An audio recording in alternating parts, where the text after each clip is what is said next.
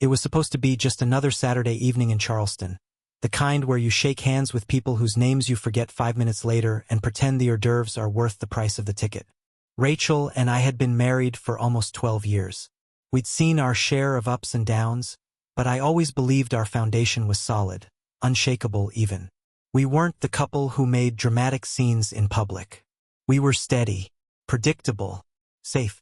The event was a charity gala at one of those historic hotels downtown, the kind with high ceilings, chandeliers dripping with crystal, and a string quartet in the corner.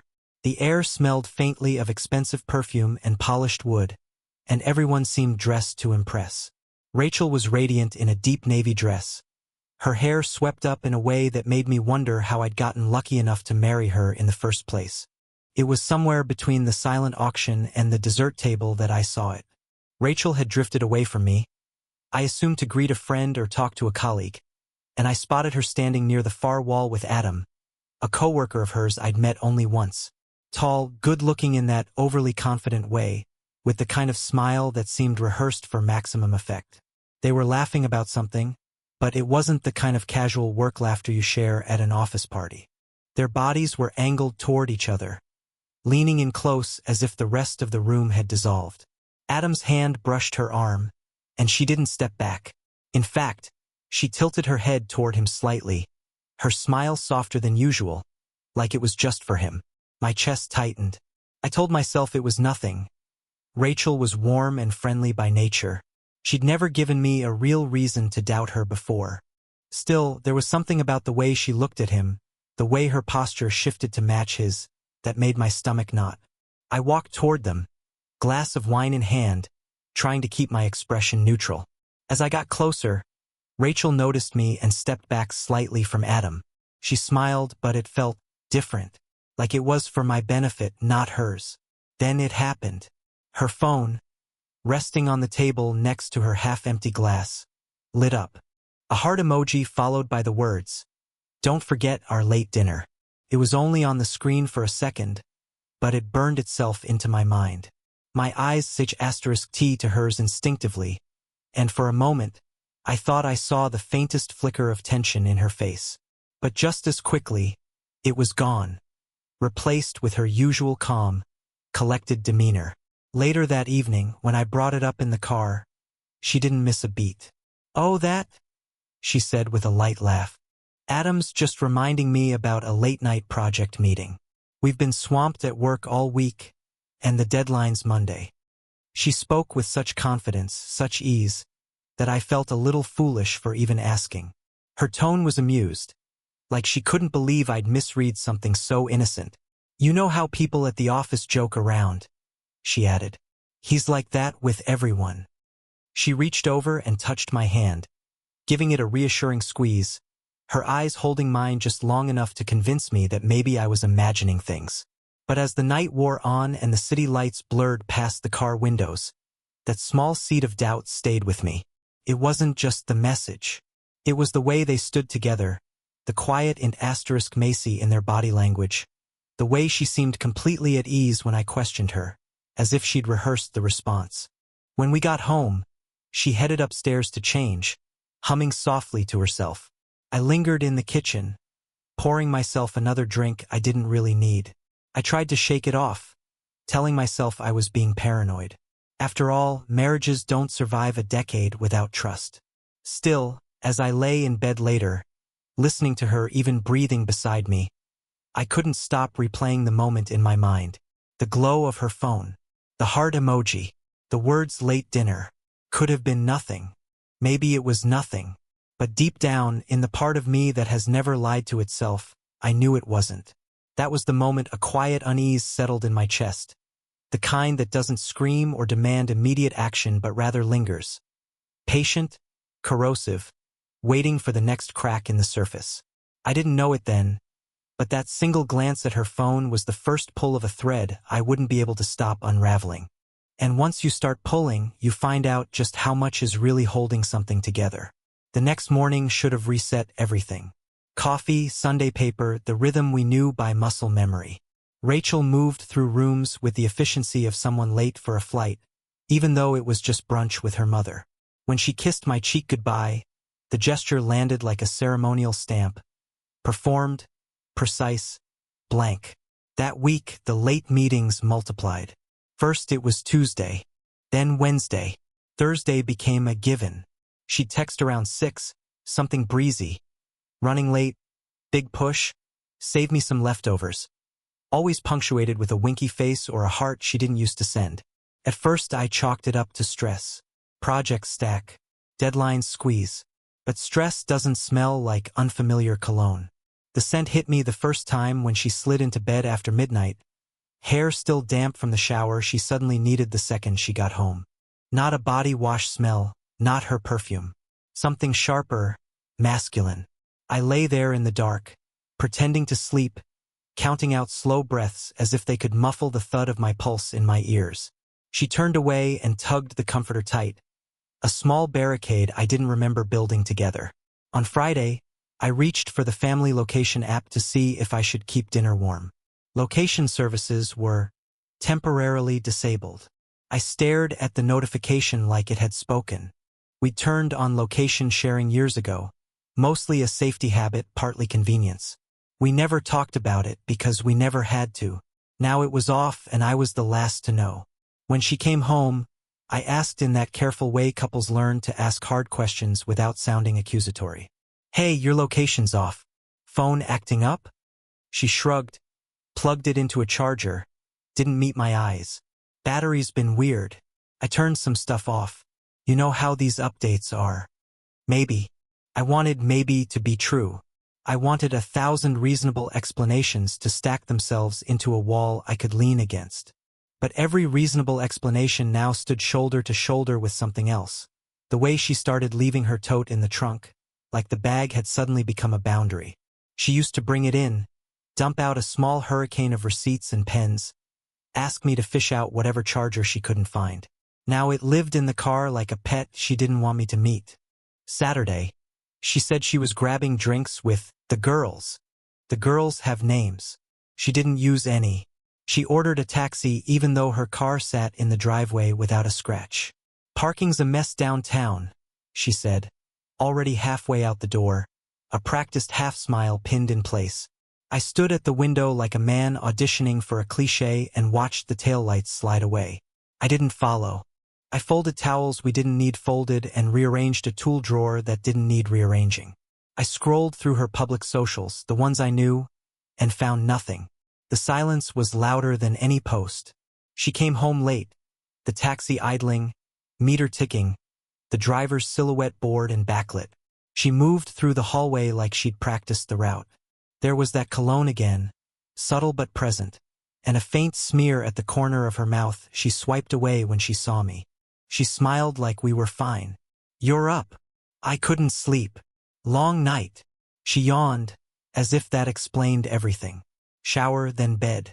The bed felt like a rented room we happened to share. On Sunday afternoon, I offered to bring in groceries from her trunk. I've got it, she said too fast, grabbing the bag I'd already reached for and nudging the trunk closed with her hip. A minute later, when she was inside, I opened the driver door to grab her water bottle and saw her work tote buckled into the passenger seat like a passenger. I closed the door and stared at my reflection in the window until the glass fogged. I told myself to be adult, to communicate, to name what I was seeing.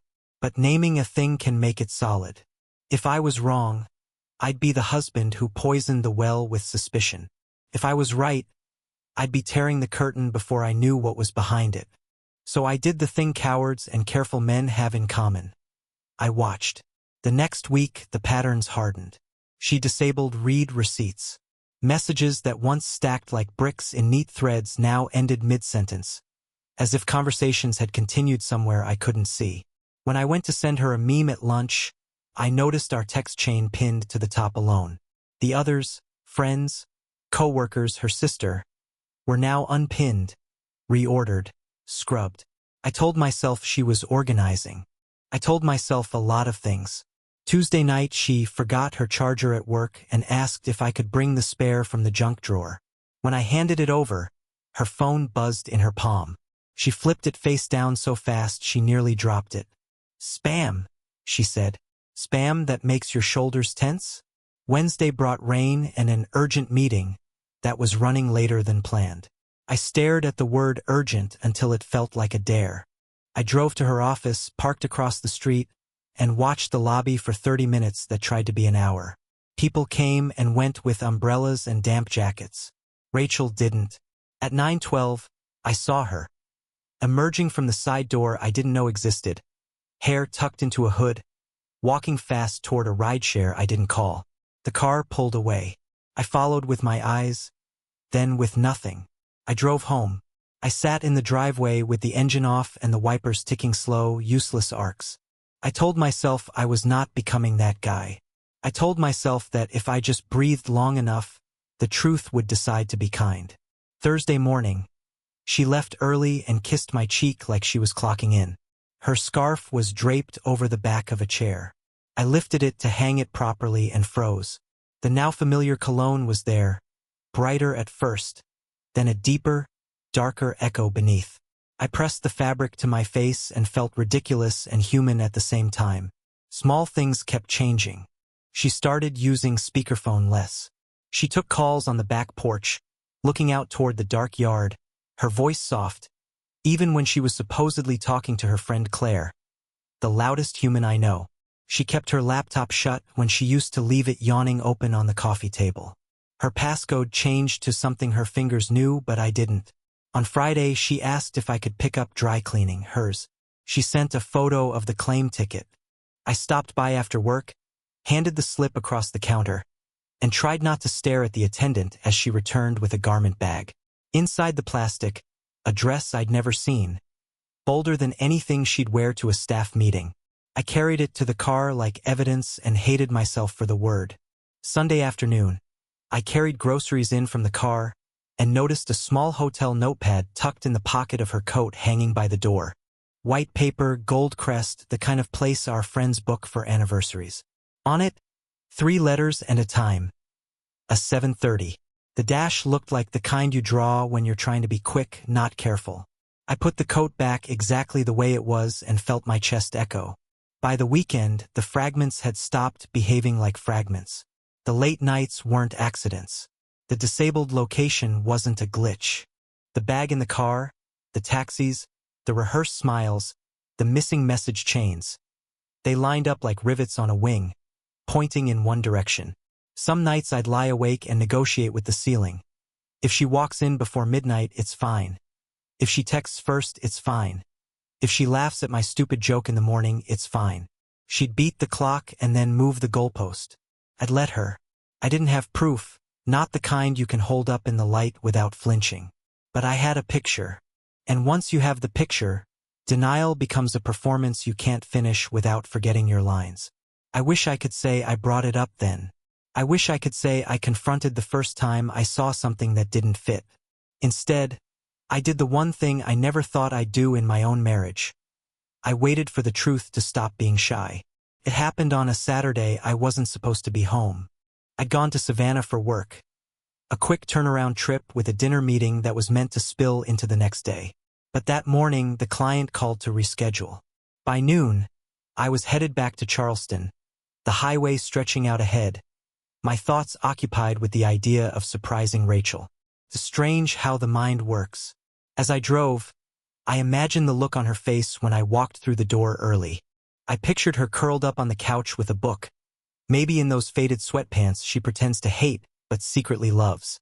That image carried me right up until the moment I took the wrong exit. It wasn't a mistake, not exactly. I saw a familiar street name and thought, I'll swing by and drop off that bottle of wine for Chris and Amanda. They lived on the outskirts of the city, near a quiet stretch of houses that always reminded me of summer vacations. I hadn't been by in months. The neighborhood was still, the kind of stillness that makes even the wind sound like it's holding its breath. That's when I saw it, Adam's car. I recognized it instantly. The silver sedan with the dent on the rear bumper, the one I'd parked next to at Rachel's office party 2 years ago. It sat in the driveway of a small brick house I knew belonged to one of Rachel's acquaintances, a woman from her book club whose name I could never remember. At first, I told myself it was coincidence. Maybe Adam was there for the book club too. Maybe Rachel was inside surrounded by a dozen other people, laughing over wine and cheese. But my chest was already tightening in that familiar way, the one that says you know exactly what you're walking into. I parked a few houses down, engine off, hands gripping the steering wheel so tightly my knuckles ached. The blinds in the front window were open just enough to offer a sliver of the living room inside. I told myself not to look, and then I looked. They were on the couch, not side by side the way colleagues sit in waiting rooms.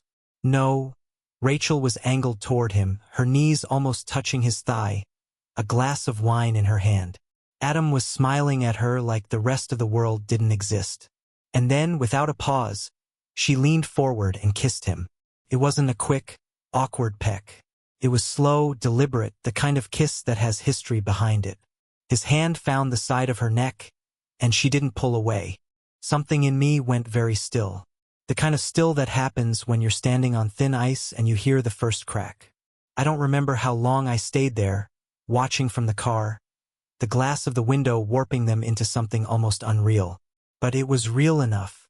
Any excuse, any thread of doubt I'd been holding on to, snapped clean. This wasn't a friendly moment caught at the wrong angle. This was int** Macy, the kind that doesn't happen by accident. I didn't storm in. I didn't pound on the door or shout her name. Maybe I should have, but I think part of me knew that if I crossed that threshold, I'd never get the image out of my head. I already had enough to carry. Instead, I put the car in gear and drove. Not home, not anywhere in particular. Just away. The houses blurred into trees, the trees into a ribbon of gray road. My hands felt strange on the steering wheel, like they belonged to someone else. I kept hearing the faint clink of glass as she set her wine down before leaning in. Somewhere outside the city limits, I pulled into a gas station and sat there, the engine ticking as it cooled. My phone buzzed in my pocket. Rachel, asking if my meeting had gone well. I stared at the screen, the words sharp and ordinary all at once. I didn't answer. When I finally made it home hours later, the house felt different. Not quieter, not emptier, just altered, like someone had moved the walls a fraction of an inch. Rachel was in the kitchen, hair pulled back, wearing that navy sweater I used to love. She smiled when she saw me, surprised. "You're back early," she said, her voice light. "Yeah," I replied, setting my keys on the counter. Plans changed. She asked about the trip, filling the space with small talk, moving around the kitchen as if nothing had shifted. But something had, and it wasn't going back. That night, while she slept, I lay awake staring at the ceiling. The proof was there now, burned into my memory. It didn't matter how well she spun her stories, how convincingly she smiled. I'd seen what I'd seen, and that, I realized, was the worst part. It wasn't the kiss itself, it was the ease. The way she leaned into him like it was the most natural thing in the world. The way it fit. I didn't sleep at all. By the time morning came, the decision was already made. I didn't need to sleep on it, didn't need a pro-con list, didn't need to sit across from Rachel over coffee pretending I hadn't seen her mouth on his. I'd gone to bed a husband and woken up something else entirely. Someone who'd stopped asking why and started asking what now. The what now came down to two things: control and clarity. Control, because I wasn't going to give her the satisfaction of dictating how this ended. Clarity, because I wanted there to be no ambiguity. Not for her, not for me, not for anyone who'd hear about it later. I started with the locks. There's a hardware store 2 miles from the house that opens early. By 8:30, I was standing in front of a wall of deadbolts, scanning the options with the calm focus of a man picking out a suit for his own trial. I grabbed 2 new sets, plus a keypad lock for the front door, something I could change the code on in 30 seconds flat. Back home, the work was methodical. Unscrew, remove, replace. The click of new metal sliding into place was strangely satisfying, like the sound of a chapter ending. I didn't rush. There was a kind of ceremony to it, and I let myself lean into that. Next came the bank accounts. We'd shared everything since the 2nd year of our marriage: joint checking, joint savings, even a small investment account we'd built together. I'd never thought about separating finances because I'd never thought I'd need to. But that morning, I moved what I legally could into an account under my name alone, leaving just enough to keep the lights on until she was out. The rest I locked down. New passwords, two-factor authentication, security questions she'd never guess. I called the alarm company and reset every access code for the house. Even the garage door remotes got reprogrammed. By the end of the day, Rachel's keys and her old security code would be useless.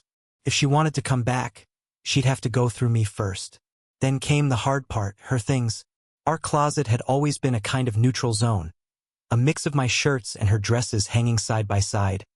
Our shoes jumbled together in a way that said, "This is shared space."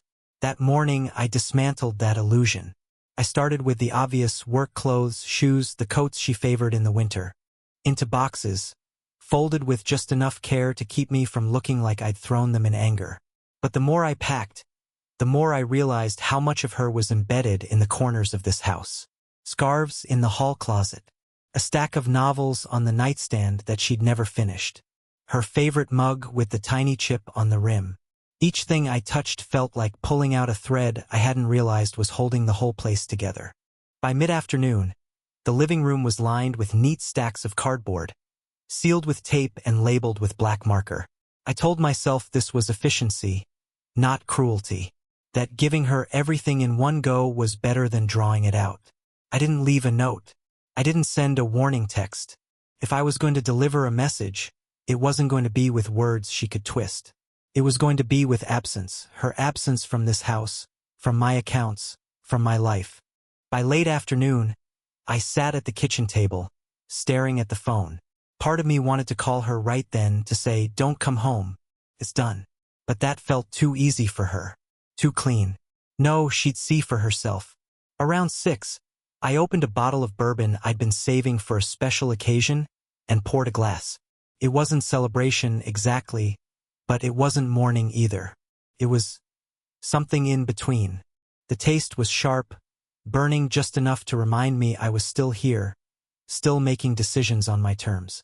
I thought about confrontation, about showing up at that brick house and handing Adam his jacket while telling Rachel to keep him. But I realized that wasn't my style.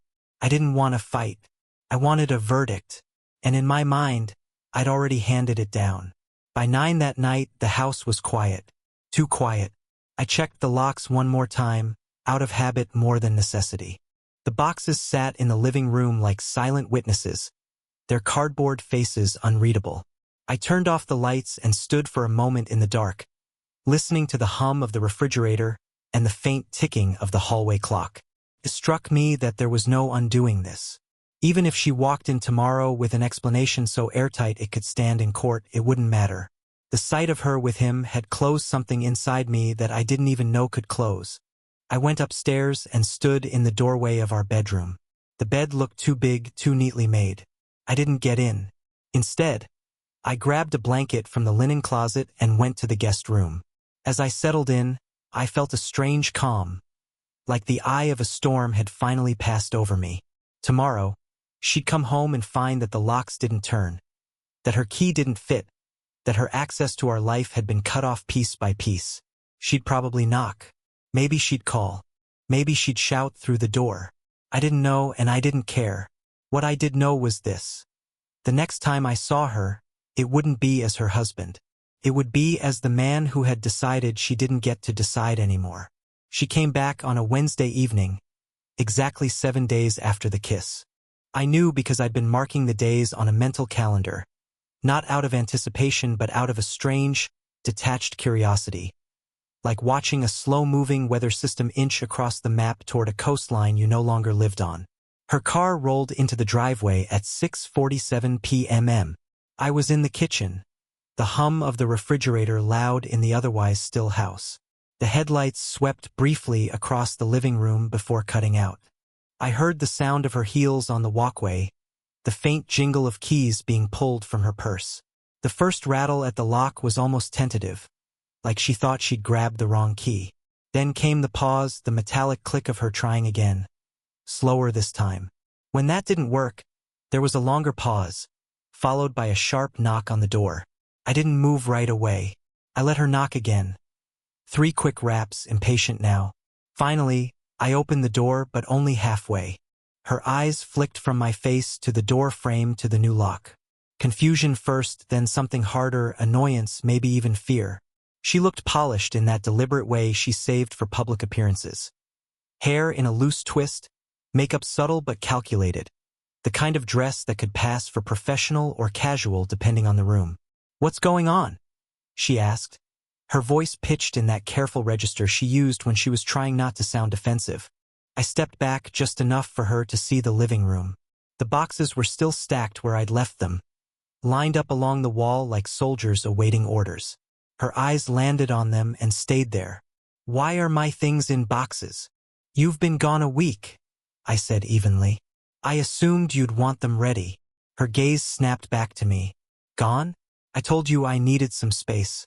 I thought—" She stopped herself, the sentence collapsing under the weight of whatever she'd been about to claim. "This is insane, Andrew. We're married. You can't just—" "I can," I said. "And I did." She took a step inside, but I stayed where I was, forcing her to navigate around me if she wanted to move further in. She didn't. Instead, she scanned the room again, her eyes darting to the kitchen counter where her purse used to sit, to the bare space on the coat rack where her scarf had hung. "You changed the locks?" she asked, like she needed to hear me say it. "Yes." "And the bank accounts?" "Yes." She blinked at that, the first real crack in her composure. "You froze me out?" "I secured what's mine," I said. "The rest is in those boxes." For a moment, she didn't speak. She just stood there, her lips pressed into a tight line, the muscles in her jaw working. Then she laughed, short, sharp, humorless. "You think this makes you look strong? It makes you look petty. You didn't even talk to me." I leaned against the doorframe. "We talked. You just didn't know the conversation was over." That landed. I could see it in the way her shoulders shifted, a subtle drawing inward. Still, she wasn't going to give up the performance without a fight. She took a breath, softened her voice, and tilted her head just slightly. An old tactic, one that had once made me relent without even realizing it. "Andrew, I think you're overreacting. Yes, things have been strained, and maybe I've made mistakes, but locking me out, boxing up my life, that's not how you fix a marriage." "I'm not fixing it," I said. "I'm ending it." She stared at me then, really stared, as if trying to measure whether I was bluffing. When she realized I wasn't, her hands tightened into fists at her sides. "So that's it? 12 years, just done?" 12 years ended the moment you decided honesty was optional," I said. She looked at the boxes again, as though they might somehow rearrange themselves into proof that this wasn't happening. "And if I don't leave?" I met her eyes, my voice steady. "Then the police will help you." The silence that followed was heavy, thick enough that I could hear the clock ticking in the hallway. Finally, she stepped toward the nearest box and ran her fingers along the taped seam. "You planned this?" she said quietly, almost to herself. "You've been planning this." I didn't answer. When she finally looked at me again, her expression had shifted. Less shock now, more calculation. "You think this is the end, but it's not. You're angry right now, but you'll regret this. You'll realize you acted too fast, and when you do, I won't be here." "That's the idea," I said. Her mouth opened like she was about to fire back. But instead, she let out a long exhale, the kind that sounds like surrender even if it isn't. She bent down, slid her hands under one of the smaller boxes, and straightened up. "I'll come back for the rest," she said, her voice flat. I stepped aside. "Call first." She didn't answer. She walked past me, her heels clicking against the hardwood, the box balanced against her hip. At the door, she hesitated just long enough to glance back. Not at me, but at the living room. Then she was gone, the sound of her car engine fading down the street. I closed the door and locked it. My lock now, my code. For the first time in a week, the house felt like it belonged to me again. Not because she was gone, but because I'd decided she wouldn't get to walk back in. It wasn't triumph I felt, not really. More like relief, heavy and quiet.